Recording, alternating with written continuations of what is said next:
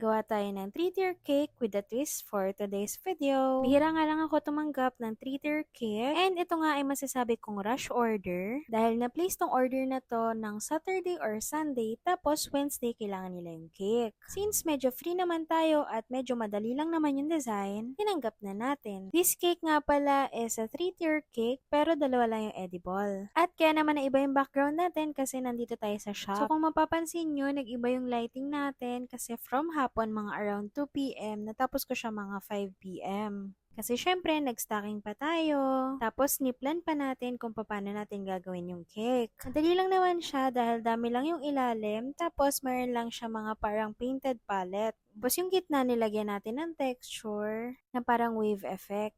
Ganito nga pala ako mag-palette knife o parang maglagay ng mga smudges para mas mapaganda yung color ng cake. Different shades ng glue yung ginawa natin. Hindi ko pa nga alam kung ano yung pinaka-topper nitong cake. Kala ko pang lalaki tong ginagawa natin. Tapos nung tinanong ko kaya naman daw pala color blue yung cake, is ito yung favorite color ng celebrant. Naglagay nga lang rin pala ko ng mga white patches para magkaroon siya ng other shade. Alam niyo yung parang sa Van Gogh, yung Starry Starry Night? Di ba parang ganito yon?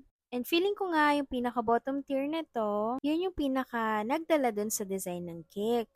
Ngayon nga na tinatapos natin yung cake, hindi mo siya masyadong may appreciate. Pero pag natapos na and nalagay na yung details, masasabi mo na sobrang ganda ng cake. Ang elegant and also ang fabulous niya tingnan for 60th birthday. Sabi nga ni ma'am, nung pinick up yung cake, parang biglaan lang din daw. And magsa-celebrate sila sa isang resort. Tayo na nga natapos na natin yung cake. Chinil lang natin siya overnight, tapos kinabukasan saka natin inattach yung mga details. Naglagay nga lang pala ako ng mga flowers na color blue. Sakto nga may nahanap ako ng mga ganitong flowers na nagmatch talaga dun sa theme ng cake. Sabi ko nga kina ma'am at kahit sino pa man yung nag-order, yung mga ganitong klase po ng tiered cakes ay hindi po talaga natin makokopya yung pinaka-cake. I mean yung inspo. Kasi po at times, lalo na pag limited yung time, sobrang hirap po maghanap ng mga same na color, ng design. Pero as much as possible, ang gagawin po namin is yung pinakakatulad or malapit na malapit po doon sa inspo.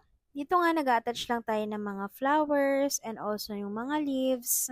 Tapos yung sa bottom tier, tinutusukan ko nga pala muna yan. Kasi ang hirap magtusok kapag yung mismong flower yung itutusok natin. For the final touches, naglagay na lang tayo ng mga gold. Nga pala malapit na matapos tong cake. Sa mga hindi pa pala nakaka-order ng ating Mother's Day cake, almost fully booked na po kami and hanggang bukas na lang po kami tatanggap. Kaya naman, kung hindi ka pa nakaka-order, message mo na kami. Nakapin po dito sa page yung aming catalog for this year. Ayun lang, see you in the next video!